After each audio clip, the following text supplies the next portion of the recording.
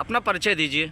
मैं Vijay Vidrohi All India Central Council of Trade Unions Uttar Pradesh का अध्यक्ष हूँ और कम्युनिस्ट पार्टी माले की राज्य कमेटी का सदस्य हूँ। सर, इस सरकार बिजली वितरण निगम के 2 संभागों को जो निजीकरण करने जा रही है, इसके बारे में आपकी क्या राय है? देखिए, सरकार वाराणसी और आगरा पावर कॉरपोरेशन के जो 2 निगम हैं, वितरण के 2 निगम हैं, इन निगमों का विकेंद्रीकरण करने का उसने निर्णय ले लिया है। उसकी प्रक्रिया भी उन्होंने शुरू कर और इसी दौर में अगर आप देखिएगा तो रोडवेज में उन्होंने जो उत्तर प्रदेश राज्य परिवहन निगम है उसके 15 बस स्टेशन, उनके जो मेंटेनेंस के जो कार्यशालाएं हैं, उनके बसों के बेड़े हैं, वो सब भी बेचने का उन्होंने अभियान शुरू कर रखा है। बिजली में ये निजीकरण धीरे धीरे पहले से भी जारी है।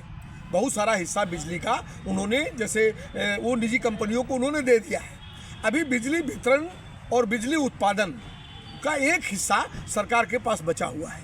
अब उन्होंने वितरण का उड़ीसा और महाराष्ट्र और दिल्ली की तर्ज पर उत्तर प्रदेश का भी वितरण निगम जो है बेचने का उन्होंने निर्णय लिया है। तो सरकार का कहना है कि इसमें घाटा आ रहा है, इसलिए बेचना जरूरी है। देखिए, घाटा तो काल्पनिक है। घाटा काल्पनिक सरकार की नीतियों की वजह से है। वो घाटा इसलिए सरकार की नीतियों की वजह से है कि आप कोयला महंगे दाम में खरीद रहे हैं। कोयला आपने पहले निजी कर दिया, फिर कोयला आप उन पूंजीपतियों से खरीद रहे हैं, महंगे दाम में आप कोयला ला रहे हैं। बिजली आप यानी पनकी हमारी 1 रुपये यूनिट पे सरकारी संयंत्र है, वो 1 रुपये यूनिट आपको बिजली बेचता है। अनपरा का बिजली पावर संयंत्र आपको 2 रुपये 47 पैसे में बिजली बेचता है। ऊंचाहार थर्मल पावर जो है आपको 4 रुपये 45 पैसे 57 पैसे में बिजली बेचता है। और आप निजी कंपनियों से बिजली 7 रुपये 75 पैसे तक महंगी खरीदते हैं। तो अब 7 रुपये 75 पैसे में आप बिजली खरीदेंगे, पनकी की बिजली कहीं और चली जाएगी। थर्मल पावर से आप बिजली लेंगे नहीं, निजी पूंजीपतियों को आप उनके उत्पादित माल को आप खरीदेंगे और आप जनता को देंगे। उत्तर प्रदेश के अंदर दिल्ली और तमाम प्रदेश के जो दूसरे प्रदेश हैं, उन प्रदेशों से 2 गुना महंगी बिजली है। उसके बाद भी आपको घाटा आ रहा है, और घाटा इसी वजह से आ रहा है कि उत्पादन संयंत्रों की लागत बढ़ गई। इसलिए लागत बढ़ी कि आपने उसके अंदर कोयले की जो आपूर्ति है वो आपूर्ति निजी पूंजीपतियों से करना शुरू कर दिया। आप कोल इंडिया लिमिटेड उनको कोयला नहीं देती है, कोल ब्लॉक आपने बेच दिए। एक तो ये है। दूसरा ये है कि आपने निजी पूंजीपतियों से बिजली लेना शुरू कर दिया। तो अब इन कारणों को आप कैसे दूर करेंगे? क्षरण को कम किया गया, पूंजीपतियों के तमाम आप हमारा 25,000 बकाया है तो आम उपभोक्ता का गला आप दबा दे रहे हैं, लेकिन सरकारी कार्यालयों का बकाया है, बड़े बड़े कार्यों का बकाया है, पूंजीपतियों का बकाया है, उनसे आप कोई रिकवरी नहीं कर रहे हैं। तो घाटा काल्पनिक है और घाटा दरअसल में निजीकरण के लिए एक बहाना है। सच्चाई यह है कि कलकत्ता में टाटा 15 रुपये पर यूनिट बिजली बेच रहे हैं।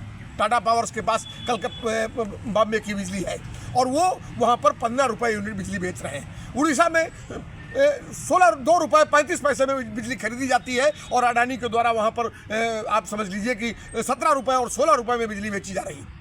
लेकिन वही दिल्ली में कोई घाटा नहीं है, बिजली के पास 200 यूनिट तक फ्री है, 250 यूनिट फ्री है।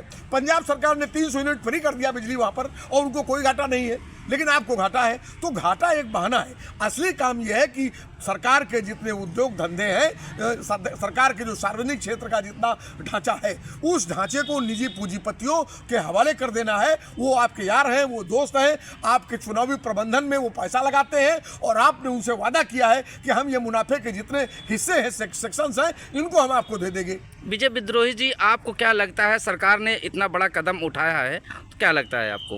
मैं ये कह रहा हूँ कि अगर आप इसको यहाँ से देखना शुरू करिए कि भारत के अंदर निजीकरण का जो रथ चल रहा है उसमें आपने अपना वायुयान बेच दिया।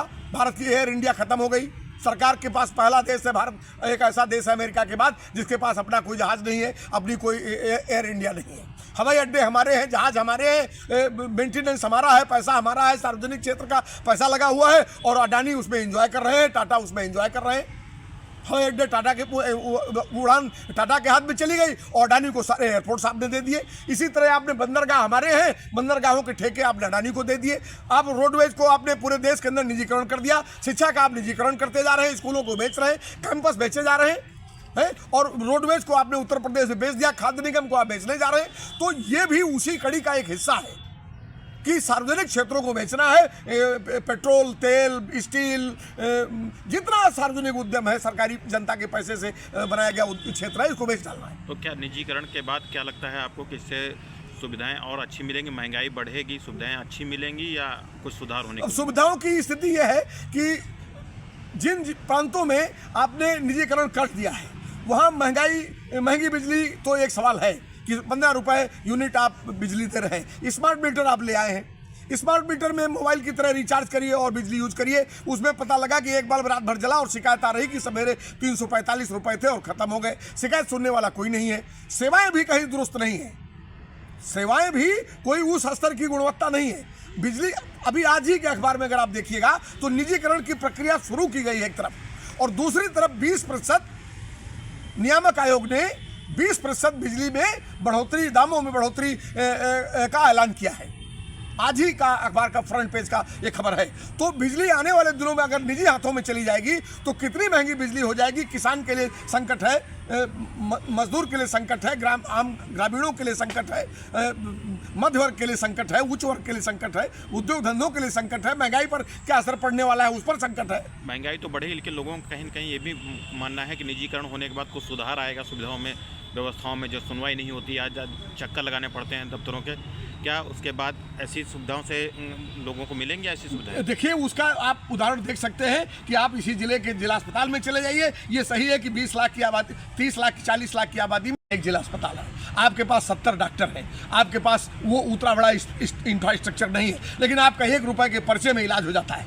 और आप वहीं उसी बीमारी के लिए किसी नर्सिंग होम में चले जाइए तो आप जमीन बेचिए, घर बेचिए, बैल बेचिए, जेवर बेचिए, है, अपना भविष्य बेचिए, और तब वहां से बाहर निकलिए और उसके बाद भी वो रेफर करके बताएंगे आपको कि आप एम्स चले जाइए और पीजीआई चले जाइए। मैंने उनके यहाँ अंतिम मौत के समय वो बताते हैं कि आपको लूट लिया, आपका खेत बेचवा लिया, डकैती डाल ली, उस चाहे मैक्स हो, चाहे अपोलो हो, चाहे वेदांता हो। सरकार ने एक तरफ शिक्षा का ये मॉडल खड़ा कर दिया। इसी जिले में आप देख लीजिए कि आप अपने प्राइमरी स्कूलों को मार रहे हैं जहाँ पर मैंने आपको मुफ्त में शिक्षा मिल रही है, जहाँ खाना भी आपको मिल रहा है। उन स्कूलों को आप मार रहे हैं, आप अध्यापक नहीं दे रहे हैं। एक शिक्षा मित्र के सारे स्कूल चला रहे हैं और आप कह रहे हैं कि इनमें बच्चे नहीं आ रहे हैं, लेकिन दूसरी तरफ उसी गांव में एक झोपड़ी रख करके एक आदमी स्कूल चलाता है, 700 रुपये वाला मास्टर रखता है और उस स्कूल में बच्चे जा रहे हैं।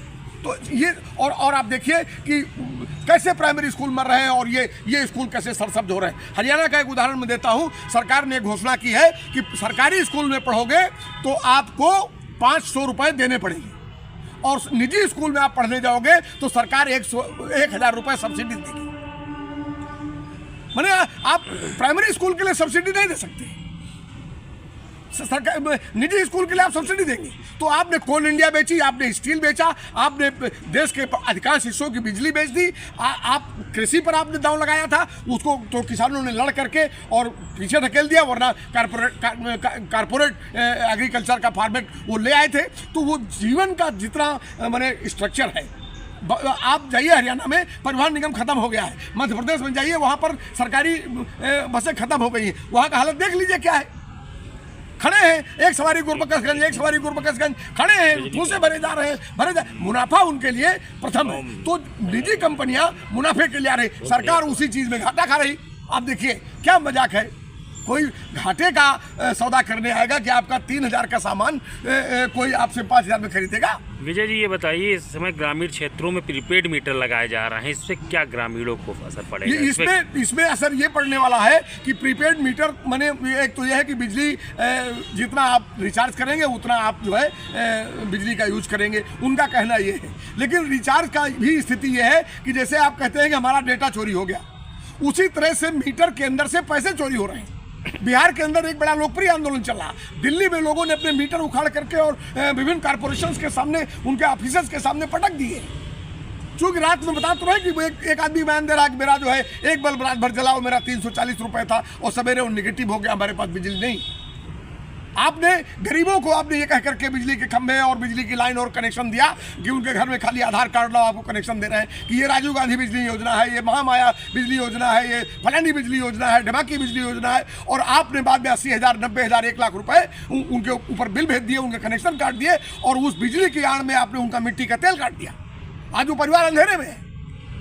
तो लड़ाई किसानों की है, लड़ाई जनता की है। और बिजली के निजीकरण का सवाल दरअसल में रोजगार का भी सवाल है। ये खाली 2 निगमों के निजीकरण से 67,000 कर्मचारियों के बाहर होने का खतरा है। सरकार ने खुद जारी किया आंकड़ा है। और अब इसके अंदर जब 67,000 लोग जाएंगे तो जो लड़के पढ़ के आ रहे हैं, इंजीनियर बन के आ रहे हैं, दूसरी ट्रेनिंग लेकर के आ रहे हैं, इलेक्ट्रीशियन का ट्रेनिंग लेकर के आ रहे हैं, ये लड़के कहाँ जाएंगे? एक तो ये, इसके अंदर रिजर्वेशन में ही खतरा है कि भाई जब नौकरी ही नहीं रहेगी तो आपको आरक्षण कहाँ से मिलेगा। तो ये नौजवानों का सवाल है, ये बेरोजगार नौजवानों का सवाल है, छात्रों का सवाल है, और ये आम उपभोक्ताओं का सवाल है। ये खाली बिजली के कर्मचारियों का सवाल नहीं है। बिजली के कर्मचारी तो मान जबरन रिटायर किए जाएंगे अगर इस निजीकरण में, तो उनको 4 साल का वेतन और 120 दिन की ग्रेजुटी सरकार देने जा रही है, तो उनका तो घाटा मुनाफा बराबर हो जाएगा। लेकिन आने वाले लोगों का क्या होगा? इसलिए बिजली के कर्मचारी जो लड़ाई लड़ रहे हैं वो जनता के हिस्से की लड़ाई लड़ रहे हैं, इसलिए जनता को भी इस लड़ाई का हिस्सा बनना चाहिए।